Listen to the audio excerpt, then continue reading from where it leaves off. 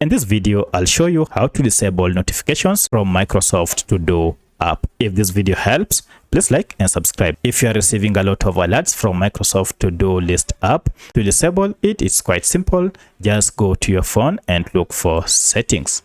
From settings, go to apps. Now under apps, look for this option, manage apps or all apps. This will list all the apps you have on your phone. From the list, search for To Do, just like that, and tap on it, and this will take you to the app info page. Then look for this section called permissions, and under permissions you should see notifications. As you can see, if I tap on notifications, all these notifications are turned on. To disable all of them, just toggle off show notifications to disable all of them. From now, you'll never again receive alerts from this app unless you toggle this on again. So that's how you can disable notifications from Microsoft To Do app. If you have any other question, kindly let me know in the comment section. Otherwise, thanks for watching and let's meet in the next video.